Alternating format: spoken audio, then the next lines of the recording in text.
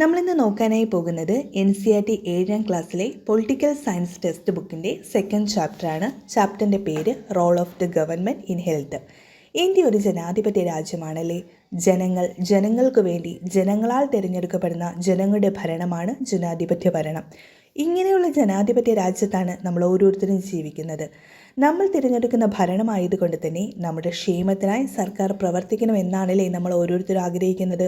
അതുകൊണ്ട് ഒരു ജനാധിപത്യ ഗവൺമെൻറ്റിൻ്റെ കർത്തവ്യങ്ങളിലൊന്നാണ് ജനങ്ങളുടെ ക്ഷേമം. ഒരു ജനാധിപത്യ ഗവൺമെൻറ് ജനങ്ങളുടെ ക്ഷേമം വാഗ്ദാനം നൽകുന്നത് അവർക്ക് കൊടുക്കുന്ന സേവനങ്ങളിലൂടെയാണ്. ഈ ക്ഷേമം എന്ന് പറയുന്നത് വികസനങ്ങളെയാണ്. സാധാരണ ഏതെല്ലാം മേഖലകളാണ് നമ്മൾ വികസനം വേണമെന്ന് ആഗ്രഹിക്കുന്നത്? വിദ്യാഭ്യാസം, ആരോഗ്യം, തൊഴിൽ, പാർപ്പിടം, റോഡുകൾ, വൈദ്യുതി തുടങ്ങിയവയിലൊക്കെ അല്ലേ. എന്നാൽ ഇവിടെ ഈ ചാപ്റ്ററിലൂടെ ആരോഗ്യ രംഗത്ത് സർക്കാരിൻ്റെ പങ്ക് എന്തൊക്കെയാണെന്നാണ് നമ്മളിന്ന് നോക്കാനായിട്ട് പോകുന്നത്. ആരോഗ്യ സംരക്ഷണം എല്ലാവർക്കും ലഭ്യമല്ല. എന്നിരുന്നാലും ആരോഗ്യ സംരക്ഷണത്തിൽ രണ്ട് വശങ്ങളുണ്ട്, പബ്ലിക്കും പ്രൈവറ്റും. എന്താണ് ആരോഗ്യം? ഇന്ത്യയിലെ ആരോഗ്യ സംരക്ഷണം, സ്വകാര്യ ആരോഗ്യ സേവനങ്ങൾ, പൊതുജന ആരോഗ്യ സേവനം, സ്വകാര്യ ആരോഗ്യം സേവനം എന്നീ കാര്യങ്ങളാണ് ഈ ചാപ്റ്റർ ഉൾക്കൊള്ളിച്ചിരിക്കുന്നത്. ആദ്യമായിട്ട് ആരോഗ്യം അഥവാ വാട്ട് ഈസ് ഹെൽത്ത്. ഹെൽത്ത് എന്നാൽ അസുഖങ്ങളോ മുറിവുകളോ ഇല്ലാത്ത കണ്ടീഷനെയാണ് ഹെൽത്ത് എന്ന് പറയുന്നത്. അസുഖങ്ങൾ വരാതെ ഇരിക്കുന്നത് മാത്രമല്ല ഹെൽത്ത് കൊണ്ട് അർത്ഥമാക്കുന്നത്. ഹെൽത്തിൽ ഒത്തിരി കാര്യങ്ങൾ അടങ്ങിയിട്ടുണ്ട്. ഇവിടെ ടെക്സ്റ്റ് ബുക്കിൽ ഒത്തിരി ചിത്രങ്ങൾ നൽകിയിരിക്കുന്നുണ്ട് അല്ലേ. വെള്ളം ചുമന്നുകൊണ്ട് നിൽക്കുന്ന സ്ത്രീ, ഒരു ബാർബർ മുടിവെട്ടുന്നത്, ആംബുലൻസ്, ഓപ്പറേഷൻ തിയേറ്റർ, ഒരു വീട്, നേഴ്സുമാർ, കുട്ടികൾ കളിക്കുന്നത് തുടങ്ങിയവ.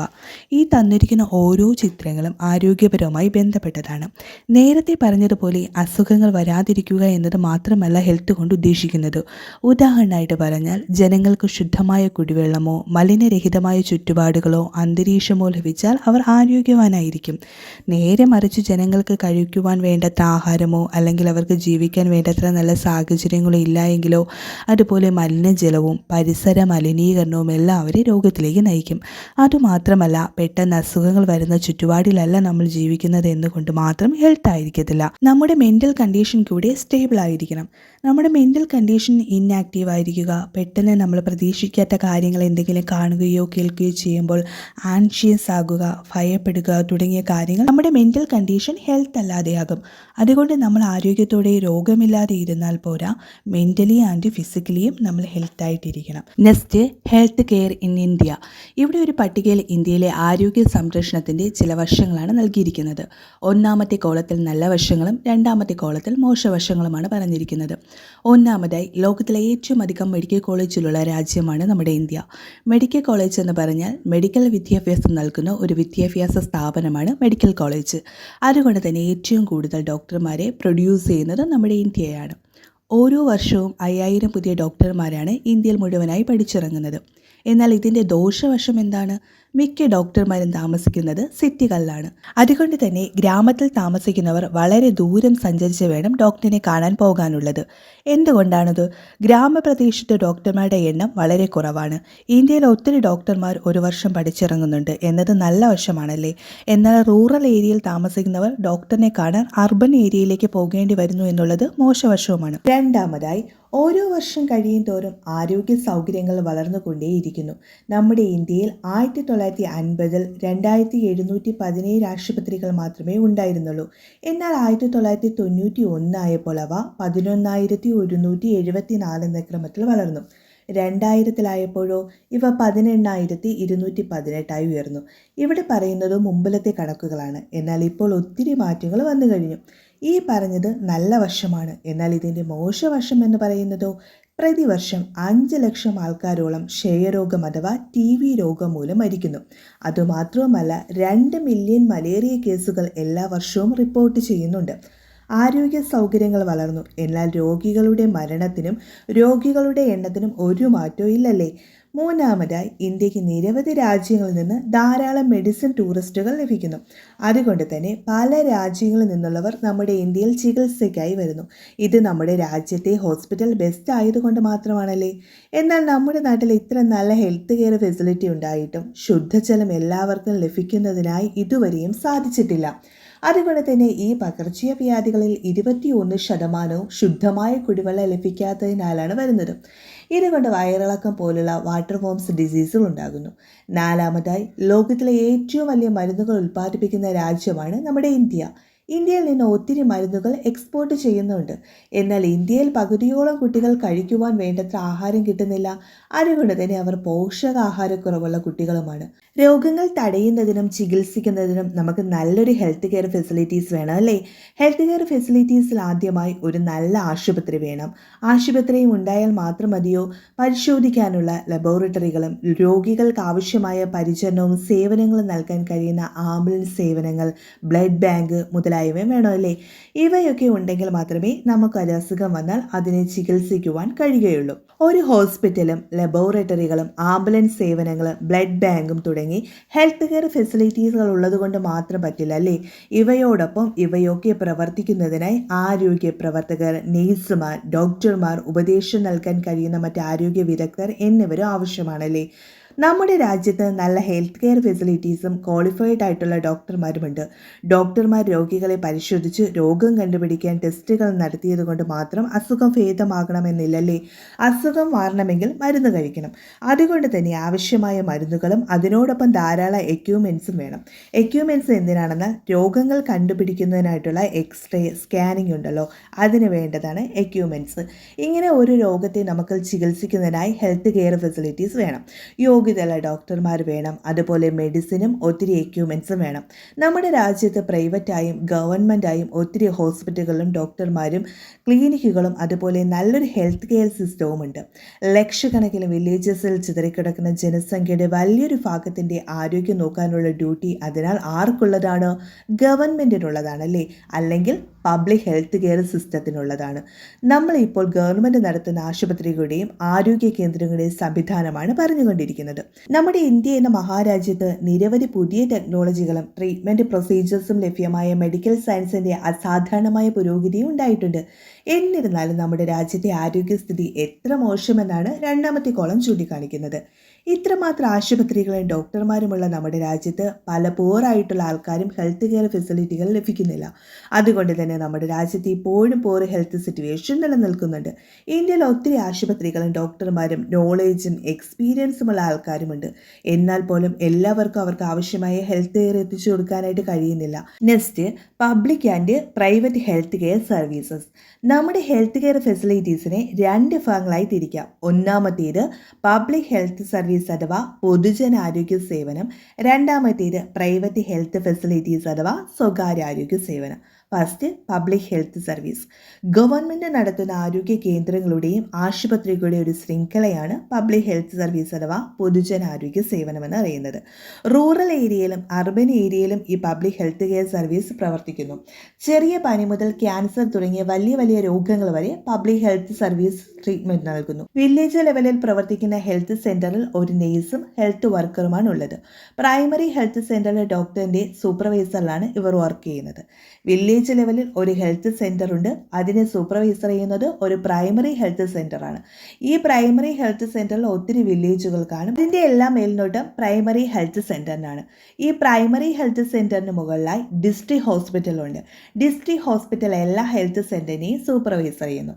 ഡിസ്ട്രിക്ട് ഹോസ്പിറ്റലിന് മുകളിലായി ഗവൺമെൻറ് ഹോസ്പിറ്റൽ, ഇതിന് മുകളിലായി സ്പെഷ്യലൈസ്ഡ് ഗവൺമെൻറ് ഹോസ്പിറ്റൽ. ഇതാണ് പബ്ലിക് സർവീസിൻ്റെ പ്രവർത്തന രീതികൾ.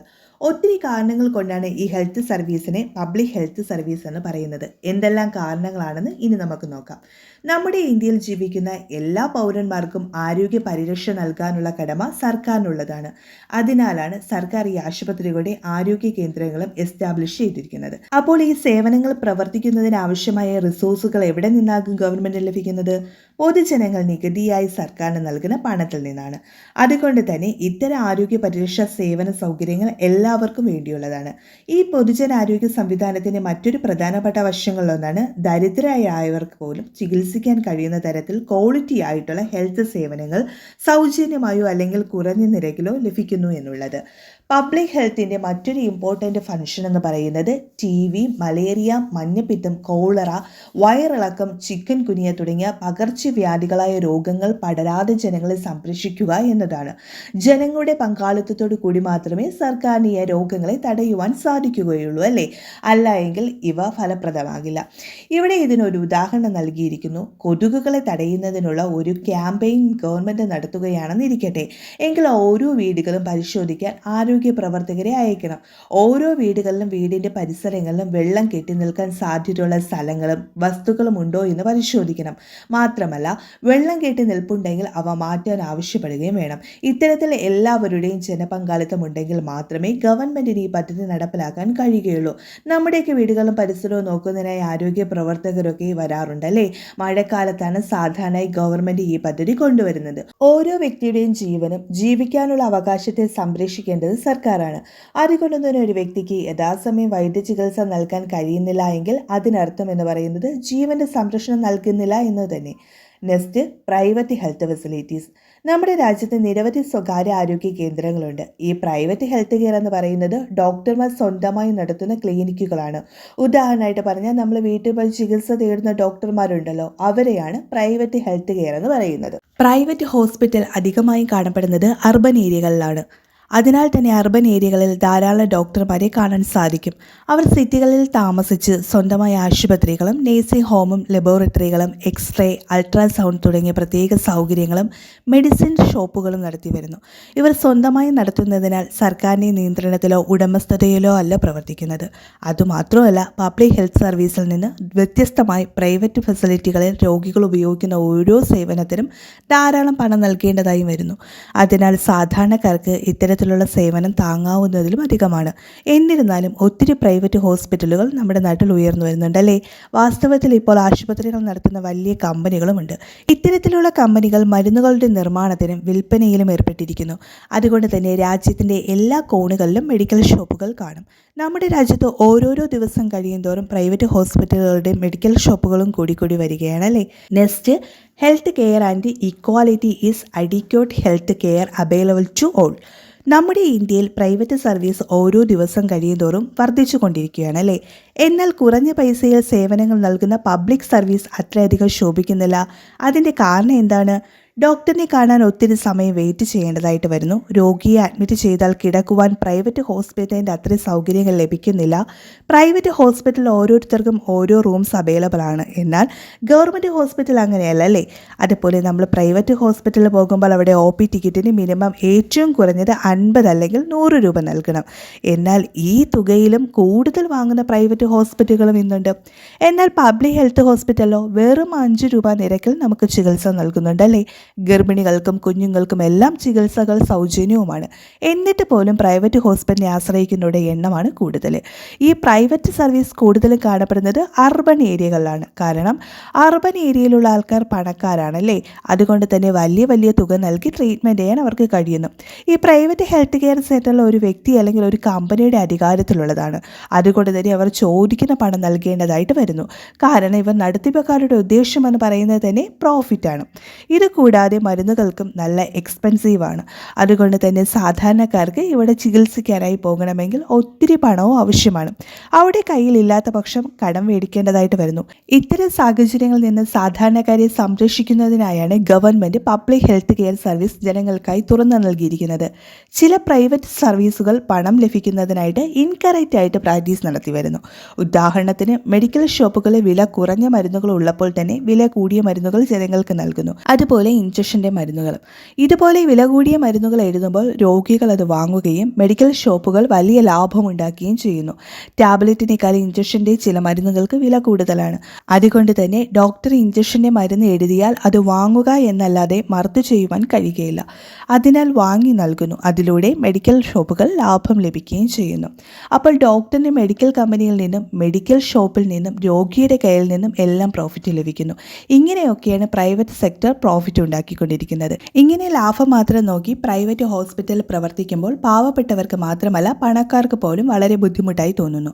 ഒരു സ്റ്റഡി റിപ്പോർട്ട് പ്രകാരം 40% ആശുപത്രിയിൽ ചികിത്സയ്ക്കായി എത്തുന്നവർ അല്ലെങ്കിൽ ഇഞ്ചുറീസ് കാരണം ആശുപത്രിയിൽ പ്രവേശിക്കപ്പെടുമ്പോൾ അവിടെ ചെലവുകൾക്കായി പണം കടം വാങ്ങുകയും അവിടെ വസ്തുക്കൾ വിൽക്കുകയോ ചെയ്യേണ്ടതായി വരുന്നു. പൂറായിട്ടുള്ള കുടുംബങ്ങൾക്കാണ് കൂടുതലും അടിക്കടി രോഗങ്ങൾ വരുന്നത്. അതിന് കാരണം പോഷകാഹാരക്കുറവാണ്. ഈ കുടുംബങ്ങൾക്ക് വേണ്ടത്ര ആഹാരം ലഭിക്കുന്നില്ല, നല്ല കുടിവെള്ളം കിട്ടുന്നില്ല, ആവശ്യത്തിന് വൃത്തിയുള്ള ചുറ്റുപാടുകൾ തുടങ്ങിയ അടിസ്ഥാന സൗകര്യങ്ങളില്ല. അതിനാൽ അസുഖങ്ങൾ വരാനുള്ള സാധ്യതകളും കൂടുതലാണ്. അതുപോലെ അസുഖങ്ങൾക്കുള്ള ചെലവുകളും അവിടെ സ്ഥിതി കൂടുതൽ വഷളാക്കുന്നു. ചില സമയങ്ങളിൽ പണത്തിൻ്റെ അഭാവം കൊണ്ട് ആളുകൾക്ക് ശരിയായ ചികിത്സ ലഭിക്കുന്നില്ല. ഉദാഹരണത്തിന്, സ്ത്രീകൾ അസുഖം വന്നാൽ അവർ പെട്ടെന്ന് ഡോക്ടറെ കാണാൻ പോകാറില്ല. ഇത്രയും വലിയൊരു ചിലവ് ഇനി എന്തിനാ എന്ന് പറഞ്ഞ് സ്വയമായി അല്ലെങ്കിൽ നാട്ടു ചികിത്സാ രീതികൾ ചെയ്യുന്നു. അതുപോലെ പലയിടങ്ങളിലും സ്ത്രീകളുടെ ആരോഗ്യത്തേക്കാൾ കൂടുതൽ ഇമ്പോർട്ടൻ്റ് പുരുഷന്മാരുടെ ആരോഗ്യത്തിനാണ് നൽകുന്നത്. ഓരോ സ്ത്രീയും അസുഖം വരികയാണെങ്കിൽ വലുതായി ചികിത്സിക്കേണ്ട കാര്യമൊന്നുമില്ല. പുറത്തുപോയി കഠിനമായി പണിയൊന്നും ചെയ്യുന്നവരല്ലല്ലോ, ഈ വീട്ടുജോലി മാത്രം ചെയ്യുന്നവരല്ലേ. ചെറുതായി മരുന്ന് കഴിച്ചാൽ അസുഖം മാറാനുള്ളതേ ഉള്ളൂ. അതുകൊണ്ട് തന്നെ സ്ത്രീകൾക്ക് നല്ല ട്രീറ്റ്മെൻറ്റ് ലഭിക്കുന്നില്ല. അതുപോലെ ട്രൈബൽ മേഖലകളിൽ ആരോഗ്യ കേന്ദ്രങ്ങൾ കുറവാണ്, അവ ശരിയായി പ്രവർത്തിക്കുന്നില്ല. അതുപോലെ പ്രൈവറ്റ് ഹെൽത്ത് സർവീസ് ഒന്നും അവിടെ കാണാറില്ല. അതുകൊണ്ട് തന്നെ ട്രൈബൽ ഏരിയയിലുള്ളവർക്കും ശരിയായ രീതിയിൽ ട്രീറ്റ്മെൻറ്റ് ലഭിക്കുന്നില്ല. Next, what can be done? നമ്മുടെ രാജ്യത്തെ ഭൂരിഭാഗം പേരുടെയും ആരോഗ്യസ്ഥിതി അത്ര നല്ലതല്ല എന്നതിൽ സംശയമില്ല എന്നാണ് ഇവിടെ പറയുന്നത്. എല്ലാ പൗരന്മാർക്കും, പ്രത്യേകിച്ച് ദരിദ്രർക്കും അവശത അനുഭവിക്കുന്നവർക്കും ഗുണനിലവാരമുള്ള ആരോഗ്യ സേവനങ്ങൾ നൽകേണ്ടത് സർക്കാരിൻ്റെ ഉത്തരവാദിത്തമാണ്. ഒരു സംസ്ഥാനത്ത് എങ്ങനെ പ്രോപ്പറായിട്ടുള്ള ഹെൽത്ത് കെയർ ഫെസിലിറ്റീസ് ആൾക്കാർക്ക് കൊടുക്കാം, അല്ലെങ്കിൽ ആൾക്കാരുടെ ഹെൽത്ത് ഇംപ്രൂവ് ചെയ്യാം എന്നുള്ളതിനെ പറ്റിയിട്ടുള്ള 2 ഉദാഹരണങ്ങൾ ഇവിടെ നൽകിയിരിക്കുന്നു. ആദ്യത്തേത് ദ കേരള എക്സ്പീരിയൻസ്. 1996 കേരള സർക്കാർ സംസ്ഥാനത്ത് ചില മാറ്റങ്ങൾ വരുത്തി. സംസ്ഥാന ബജറ്റിൻ്റെ 40% പഞ്ചായത്തുകൾക്ക് നൽകി. പഞ്ചായത്തുകൾക്ക് തീരുമാനിക്കാം അവരുടെ പഞ്ചായത്ത് ഏരിയയുടെ അകത്ത് എന്ത് തരം ആവശ്യങ്ങളാണുള്ളത്, ആ ആവശ്യങ്ങൾക്കനുസരിച്ച് എന്ത് പ്ലാനാണ് ചെയ്യേണ്ടത്, എന്ത് മാറ്റമാണ് വരുത്തേണ്ടത് എന്നൊക്കെ. സംസ്ഥാന ബജറ്റിൻ്റെ 40% പഞ്ചായത്തിന് നൽകിയപ്പോൾ ഈ പഞ്ചായത്തിലെ ഏരിയയിലുള്ള ജനങ്ങളുടെ അവസ്ഥകളും ആവശ്യങ്ങളും മനസ്സിലാക്കാൻ സാധിച്ചു. ഉദാഹരണമായി പറഞ്ഞാൽ, പഞ്ചായത്തിന് കീഴിലുള്ള എല്ലാവർക്കും വെള്ളം ലഭിക്കുന്നുണ്ടോ, ഭക്ഷണം ലഭിക്കുന്നുണ്ടോ, അതുപോലെ വുമൻസ് ഡെവലപ്മെൻറ്റും അവരുടെ വിദ്യാഭ്യാസത്തിന് വേണ്ടി എന്തെല്ലാം പ്ലാൻസുകളാണ് നടത്തേണ്ടത് എന്നൊക്കെയും. അതിനുവേണ്ടി പണം എങ്ങനെ വിനിയോഗിക്കാം എന്നുള്ളത് കാര്യങ്ങളും പഞ്ചായത്തിന് തന്നെ തീരുമാനിക്കാം. അങ്ങനെ അതിനുവേണ്ടി പൈസ ഉപയോഗിക്കാനും തുടങ്ങി. ഇങ്ങനെ അവിടെ പ്ലാനിൽ ഉൾപ്പെടുത്തിയിരിക്കുന്ന കാര്യങ്ങളാണ് water supply scheme, school, anganwadi എന്നിവയുടെ പ്രവർത്തനങ്ങൾ എന്നിവ. അതുപോലെ ഹെൽത്ത് സെൻ്ററിലൊക്കെ ഇമ്പ്രൂവ് ചെയ്തു, കൂടുതൽ ആൾക്കാർക്ക് ട്രീറ്റ്മെൻറ്റ് ലഭിക്കുകയും ചെയ്തു. അതോടെ ഹെൽത്ത് കെയറിൽ ഒത്തിരി ഇമ്പ്രൂവ്മെൻറ്റ് കൊണ്ടുവന്നു. എന്നിരുന്നാലും മരുന്നുകളുടെ ലഭ്യതക്കുറവ്, ആശുപത്രി കിടക്കകളുടെ അപര്യാപ്തത, വേണ്ടത്ര ഡോക്ടർമാരുടെ അഭാവം എന്നിവ ഇമ്പ്രൂവ്മെൻറ്റ് നടത്തിയതിന് ശേഷമുള്ള പ്രശ്നങ്ങളാണ്. ഇതൊക്കെയാണ് കേരളത്തിലെ പ്രശ്നങ്ങൾ. ഇനി രണ്ടാമതായി മറ്റൊരു രാജ്യത്തെ കാര്യം നോക്കാം. The കോസ്റ്ററീക്ക approach. കോസ്റ്ററീക്ക എന്ന് പറയുന്നത് സൗത്ത് അമേരിക്കയിലെ ഒരു രാജ്യമാണ്. ഇത് ഹെൽത്തസ്റ്റ് ആയിട്ടുള്ള ഒരു രാജ്യമാണ്. സെവറൽ ഇയേഴ്സിന് മുമ്പ് കോസ്റ്ററീക്ക കോൺസ്റ്റിറ്റ്യൂഷൻ എടുത്ത തീരുമാനം കാരണമാണ് ഈ കോസ്റ്ററീക്ക എന്ന രാജ്യം വളരെ ഹെൽത്തായിട്ടുള്ള രാജ്യമായി മാറിയത്. എന്തായിരുന്നു ആ തീരുമാനം? ആർമി വേണ്ട എന്നുള്ളത്. ആർമിക്ക് വേണ്ടി ചിലവഴിക്കുന്ന പണം ഉപയോഗിച്ച് അവിടുത്തെ ആൾക്കാരുടെ ഹെൽത്തും എഡ്യൂക്കേഷനും ബേസിക് നീഡ്സും ഫുൾഫിൽ ചെയ്യാൻ ഉപയോഗിച്ചു. ഒരു രാജ്യത്തിൻ്റെ ഡെവലപ്മെൻറ്റ് അവിടുത്തെ ആൾക്കാരുടെ ഹെൽത്തിലാണ് നിലനിൽക്കുന്നത്. നല്ല ഒരു ആർമി ഉണ്ടെന്ന് പറഞ്ഞിട്ട് ഒരു കാര്യവുമില്ല. അവിടെയുള്ള ആൾക്കാരുടെ ബേസിക് സർവീസിന് വേണ്ടിയാണ് ഗവൺമെൻറ് ഈ പണമെല്ലാം ഉപയോഗിക്കുകയും അതുപോലെ നല്ല ഹെൽത്തായിട്ടുള്ള കൺട്രിയായി കോസ്റ്റാറിക്ക മാറുകയും ചെയ്തു. ഉദാഹരണമായി കോസ്റ്റാറിക്ക പ്രൊവൈഡ് ചെയ്യുന്ന കാര്യങ്ങളാണ് സുരക്ഷിതമായ കുടിവെള്ളം, ശുചിത്വം, പോഷകാഹാരം, പാർപ്പിടം എന്നിവ. ഇത്രയും കാര്യങ്ങൾ നൽകിക്കൊണ്ടാണ് കോസ്റ്ററിക്ക നല്ലൊരു ഹെൽത്തി കൺട്രിയായി മാറിയത്. അതുപോലെ ഹെൽത്ത് എഡ്യൂക്കേഷൻ വളരെ ഇമ്പോർട്ടൻ്റ് ആയിട്ടുള്ള കാര്യമാണ്. ഹെൽത്ത് എന്താണെന്ന് അറിഞ്ഞിരിക്കണം. നല്ല ഹെൽത്ത് ആയിരിക്കാൻ എന്തെല്ലാം കഴിക്കണം, ഹെൽത്തി ആയിരിക്കാൻ ചെയ്യാൻ കഴിയുന്ന കാര്യങ്ങൾ എന്തെല്ലാം എന്നൊക്കെ അറിഞ്ഞാൽ മാത്രമേ നല്ലൊരു ഹെൽത്ത് അവർക്ക് ലഭിക്കുകയുള്ളൂ. അതുകൊണ്ട് തന്നെ ഹെൽത്ത് എഡ്യൂക്കേഷൻ എന്ന് പറയുന്നത് വളരെ ഇമ്പോർട്ടൻ്റ് ആയിട്ടുള്ള കാര്യമാണ്. ഇത്രയുമാണ് ഈ ചാപ്റ്ററിൽ നമുക്ക് പഠിക്കാനായിട്ടുള്ളത്. നിങ്ങൾക്ക് ഈ വീഡിയോ ഇഷ്ടമായെങ്കിൽ ലൈക്ക് ചെയ്യാനും ഉപകാരപ്രദമായെങ്കിൽ സബ്സ്ക്രൈബ് ചെയ്യാനും മറ്റുള്ളവരിലേക്ക് ഷെയർ ചെയ്യാനും മറക്കല്ലേ. അടുത്ത വീഡിയോയിൽ കാണുന്നത് വരെ ഗുഡ് ബൈ.